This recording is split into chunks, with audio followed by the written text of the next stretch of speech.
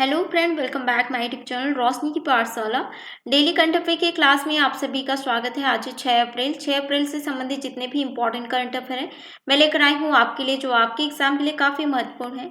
तो ध्यान से देखिएगा और की पॉइंट आप जरूर नोट डाउन कीजिएगा। आज का पहला इंपॉर्टेंट क्वेश्चन है, मोपा एयरपोर्ट में डिजी यात्रा प्रणाली शुरू की गई है, यह किस राज्य में स्थित है? तो इसका राइट आंसर हो जाएगा गोवा। गोवा राज्य जो है भारत का सबसे छोटा राज्य है क्षेत्रफल के हिसाब से, और इसकी राजधानी है पणजी, और मुख्यमंत्री हैं प्रमोद सावंत जी, और राज्यपाल हैं PS श्रीधरन पिल्लाई जी। मनोहर अंतर्राष्ट्रीय एयरपोर्ट मोपा गोवा में डिजी यात्रा प्रणाली शुरू करने वाला भारत का 14वां जो है एयरपोर्ट बन गया है, मोपा एयरपोर्ट। ठीक है, यानी कि मनोहर अंतर्राष्ट्रीय एयरपोर्ट। और डिजी यात्रा प्रणाली शुरू करने वाला 13 एयरपोर्ट कौन कौन से हैं? दिल्ली है, बेंगलुरु और वाराणसी, हैदराबाद, कोलकाता, विजयवाड़ा, पुणे, मुंबई, कोच्चि, अहमदाबाद, लखनऊ, जयपुर और गुवाहाटी। इन 13 एयरपोर्ट में जो है पहले से डिजी यात्रा प्रणाली जो है शुरू की गई है। अभी 14वें नंबर पर कौन सा है? मनोहर अंतर्राष्ट्रीय एयरपोर्ट, जो गोवा में स्थित है। और डिजी यात्रा प्रणाली जो है 1 दिसंबर 2022 को शुरू की गई थी। होता क्या है डिजी यात्रा प्रणाली? चलिए हम जानते हैं।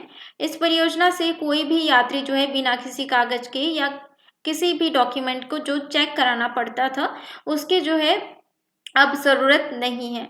ठीक है, वो जो है चेक पॉइंट से इनके बिना जो है गुजर सकते हैं, जिससे जो है उनकी आर्टिफिशियल तरीके से जो है ये क्या होगा, उनको फेस को जो है रिकग्नाइज किया जाएगा। ठीक है, जिसको FRS सिस्टम कहा जाता है। ठीक है, फेस रिकग्नाइज सिस्टम। ठीक है, इसके माध्यम से जो है यात्री जो है सुविधापूर्वक वे यात्री जो है यात्रा कर सकते हैं। उनको जो है किसी भी तरीके का चेकिंग करने की ज़रूरत नहीं पड़ेगी। जब फेस जो है स्कैन किया जाएगा तो बोर्डिंग पास से जुड़ी जितनी भी जानकारी है उनके समक्ष जो है आ जाती है। नेक्स्ट हम देख लेते हैं MyCGHS ऐप हाल ही में किस मंत्रालय ने लॉन्च किया है? तो इसका राइट आंसर हो जाएगा केंद्रीय स्वास्थ्य मंत्रालय ने लॉन्च की है। MyCGHS ऐप राष्ट्रीय सूचना विज्ञान केंद्र हिमाचल प्रदेश और NIC स्वास्थ्य टीम की तकनीकी टीमों द्वारा विकसित की गई है। इसका उद्देश्य है लाभार्थियों की इलेक्ट्रॉनिक स्वास्थ्य रिकॉर्ड डेटा संसाधनों तक पहुंच में सुधार करना है। नेक्स्ट क्वेश्चन है, किस राज्य में 5200 साल पुरानी हड़प्पा बस्ती का पता चला है? तो ये जो है बहुत ही इंपॉर्टेंट है आगामी परीक्षा के लिए। ठीक है, क्योंकि हिस्ट्री से रिलेट करता है, तो यह क्वेश्चन जरूर पूछा जाएगा। तो इसका राइट आंसर हो जाएगा गुजरात में पाया गया, यानी कि पता चला है अभी। गुजरात के कच्छ में पुरातात्विक उत्खनन से 5200 साल पुरानी हड़प्पा बस्ती का पता चला है। और जो है अब कच्छ जिले के खटिया गांव के पास लगभग 1.5 किलोमीटर दूर पड़ता बेट में 5200 साल पुरानी हड़प्पा बस्ती से अधिक महत्वपूर्ण जो है निष्कर्ष मिले हैं, जिसको आप यहाँ पे देख सकते हैं। कुछ इस तरीके से जो है साक्ष्य प्राप्त हुए हैं। हम बात कर रहे हैं सिंधु घाटी सभ्यता यानी कि हड़प्पा सभ्यता। ठीक है, सिंधु घाटी सभ्यता को हड़प्पा सभ्यता भी कहा जाता है। क्यों कहा जाता है? क्योंकि सिंधु घाटी सभ्यता के अंतर्गत हड़प्पा सभ्यता जो है वो क्या हुआ, मतलब कि सबसे पहला मिला शहर है हड़प्पा, इसीलिए जो है सिंधु घाटी सभ्यता को हड़प्पा सभ्यता भी कहा जाता है। ये जो है हड़प्पा सभ्यता यानी कि हड़प्पा जो शहर है वो कहाँ पे स्थित है? पाकिस्तान के पंजाब प्रांत में रावी नदी के बाएं साइड पे स्थित है। ये क्वेश्चन जो है पूछा गया है। यह सभ्यता लगभग 2400 से 1700 ईसा पूर्व दक्षिण एशिया के पश्चिम भाग में फैली हुई है।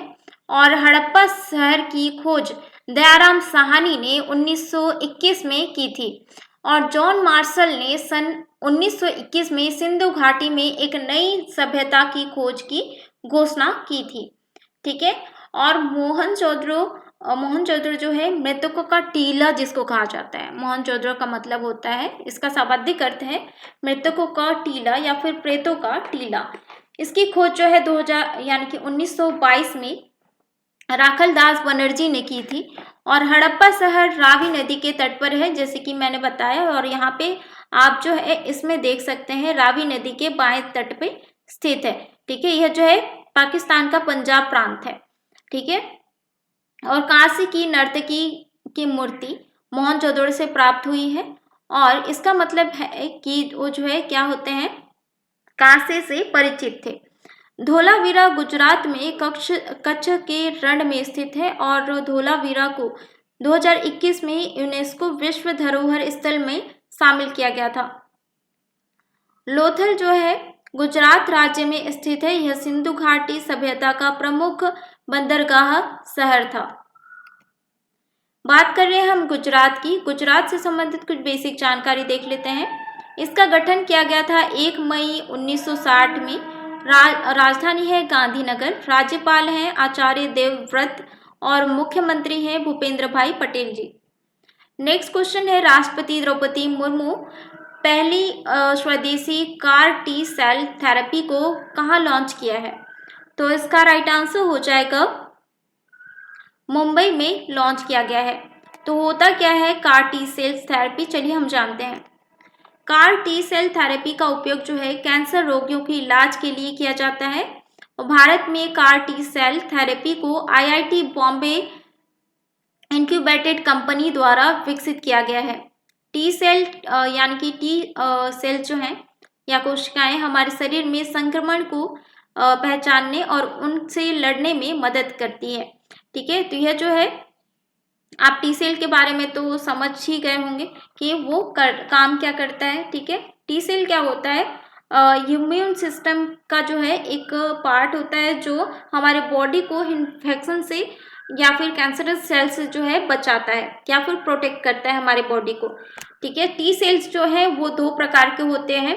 ठीक है, एक होता है साइटोटॉक्सिक टी सेल, एक होता है साइटोटॉक्सिक, और जो है एक होता है हेल्पर टी सेल। ठीक है, साइटोटॉक्सिक टी सेल क्या होता है, डायरेक्ट जो है इन्फेक्स सेल्स जो होते हैं जो हमारे बॉडी में एंटर करते हैं उसको डायरेक्ट वो क्या करता है, डिस्ट्रॉय कर देता है, किल कर देता है। हेल्पर टी सेल क्या करता है, वो दूसरे सेल को क्या करता है, वो मैसेज भेजता है कि वो बोलता है कि देखो बॉडी में जो है इन्फेक्शन सेल जो है घुस गया है या एंटीजन घुस गया है, उसको जो है डिस्ट्रॉय करना है। वो दूसरे सेल को जो है वो मैसेज देता है। ठीक है, दूसरे सेल जो है क्या होते हैं, एक्टिव होते हैं, फिर जो है डिस्ट्रॉय करने की प्रोसेस जो है स्टार्ट होती है। देखिए हम बात कर रहे हैं कार टी सेल की। तो कार टी सेल को जो है कैसे जो है इसको यानी कि कैंसर सेल को कैसे डिस्ट्रॉय करेंगे या इसका प्रोसेस क्या है इंजेक्ट करने का, चलिए हम जानते हैं। ठीक है, तो यह जो है कार टी सेल थेरेपी कैसी होती है, पहले जो है कस्टमर से यानी कि पेशेंट से ब्लड कलेक्ट करेंगे। ठीक है, उसके बाद टी सेल को जो है आइसोलेट किया जाएगा।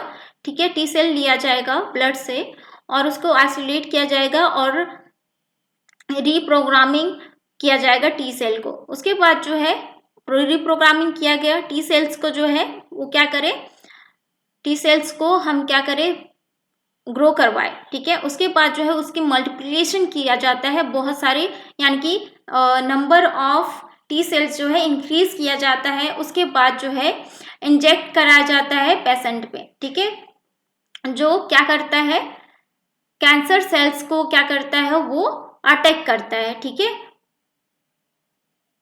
तो यह जो है बहुत ही इंपॉर्टेंट है, क्वेश्चन पूछा जा सकता है। नेक्स्ट हम देख लेते हैं लोकसभा चुनाव में युवाओं को मतदान के लिए प्रेरित करने के लिए चुनाव आयोग के द्वारा किसे जो है नियुक्त किया गया है। तो इसका राइट आंसर हो जाएगा आयुष्मान खुराना को नियुक्त किया गया है। लोकसभा चुनाव में युवाओं से मतदान करने का आग्रह करने के लिए अभिनेता आयुष्मान खुराना को भारतीय चुनाव आयोग द्वारा नियुक्त किया गया है। और इसे जो है मैथ्स वेस्ट रियलिटी पोर्टल चुनाव आयोग के द्वारा लॉन्च किया गया है। इस पोर्टल को झूठी अफवाहें और सूचनाओं को रोकने का कार्य किया जाएगा।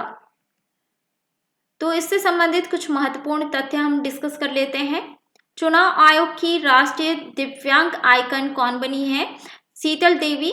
और उम्मीदवार का आपराधिक रिकॉर्ड पता करने के लिए ऐप जो है लॉन्च किया गया है। कौन सा app? Know your candidate app, यानी कि KYC। उम्मीदवारों और चुनाव प्रबंध हेतु ऐप लॉन्च किया गया है। कौन सा ऐप? इनकोर ऐप। और भारतीय निर्वाचन आयोग की स्थापना का प्रावधान जो है अनुच्छेद 324 में किया गया है। और चुनाव आयोग की स्थापना की गई थी 25 जनवरी को। राष्ट्रीय मतदाता दिवस मनाया जाता है 25 जनवरी को। मताधिकार की आयु 21 से घटकर 18 की गई है 1988 में। और प्रथम मुख्य निर्वाचन आयुक्त कौन थे? सुकुमार सेन जी थे, जिनको आप यहाँ पे देख सकते हैं। पहली महिला मुख्य निर्वाचन आयुक्त VS रमादेवी थी। और वर्तमान मुख्य निर्वाचन आयुक्त राजीव कुमार जी हैं। वर्तमान चुनाव आयुक्त ज्ञानेश कुमार और सुखबीर सिंह जी हैं। नेक्स्ट क्वेश्चन है, पेप्सिको इंडिया के द्वारा मध्य प्रदेश में 1266 करोड़ रुपए का फ्लेवर प्लांट कहाँ स्थापित किया जाएगा? तो इसका राइट आंसर हो जाएगा उज्जैन में किया जा रहा है। यह पेप्सिको इंडिया की देश में दूसरी फ्लेवर विनिर्माण सुविधा होगी, जिसमें पहली पंजाब के चन्नू में स्थित है और दूसरा उज्जैन में। उज्जैन में मतलब अभी 2024 में उसका निर्माण जो है शुरू किया जाएगा। बात कर रहे हैं हम पेप्सिको की। पेप्सिको के बारे में कुछ बेसिक जानकारी देख लेते हैं। इसकी स्थापना की गई थी 1898 में। मुख्यालय हैरिसन न्यूयॉर्क में है। और इसके CEO कौन है? रेमन लेगुआर्टा है। नेक्स्ट क्वेश्चन है, एक वाहन एक फास्टैग मानदंड हाल ही में किसने शुरू किया है? तो इसका राइट आंसर हो जाएगा भारतीय राष्ट्रीय राजमार्ग प्राधिकरण द्वारा शुरू किया गया है। अब कई वाहनों के लिए एक ही फास्टैग का उपयोग जो है करने से रोका जाएगा और एक ही वाहन में कई फास्टैग्स का उपयोग करने पर भी रोक लगाई जाएगी। फास्टैग्स होता क्या है? फास्टैग्स जो है एक इलेक्ट्रॉनिक टोल इलेक्शन सिस्टम यानी कि कलेक्शन सिस्टम है, जो रेडियो फ्रिक्वेंसी आइडेंटिफिकेशन टेक्नोलॉजी पर आधारित है। फास्टैग का संचालन अधिकृत बैंक द्वारा किया जाता है और ऑनलाइन माध्यम से इसे टोल किया जाता है। बात कर रहे हैं हम national highway authority of India की, तो इससे संबंधित कुछ बेसिक जानकारी डिस्कस कर लेते हैं। इसका गठन किया गया था 1995 में। मुख्यालय दिल्ली में स्थित है। अध्यक्ष हैं संतोष कुमार यादव। मूल संगठन सड़क परिवहन और राजमार्ग मंत्रालय है। नेक्स्ट क्वेश्चन है, वाइस एडमिरल मार्क हैमंड किस देश की नौसेना के प्रमुख हैं जो भारत की यात्रा पर आए हैं? तो इसका राइट आंसर हो जाएगा वे जो है ऑस्ट्रेलिया के प्रमुख यानी कि नौसेना के प्रमुख हैं जो भारत की यात्रा पर आए हैं। ऑस्ट्रेलिया के नौसेना प्रमुख वाइस एडमिरल मार्क हैमंड 2 से 6 अप्रैल 2024 तक की भारत की यात्रा के दौरान नई दिल्ली में है। और उद्देश्य क्या है उनका भारत आने का? दोनों देशों के मध्य रणनीति सहयोग को बेहतर बनाना है। ऑस्ट्रेलियाई नौसेना प्रमुख की अपनी जो है यात्रा के दौरान हैमंड नई दिल्ली में सेना अध्यक्ष, वायुसेना प्रमुख और रक्षा सचिव से भी मिलेंगे।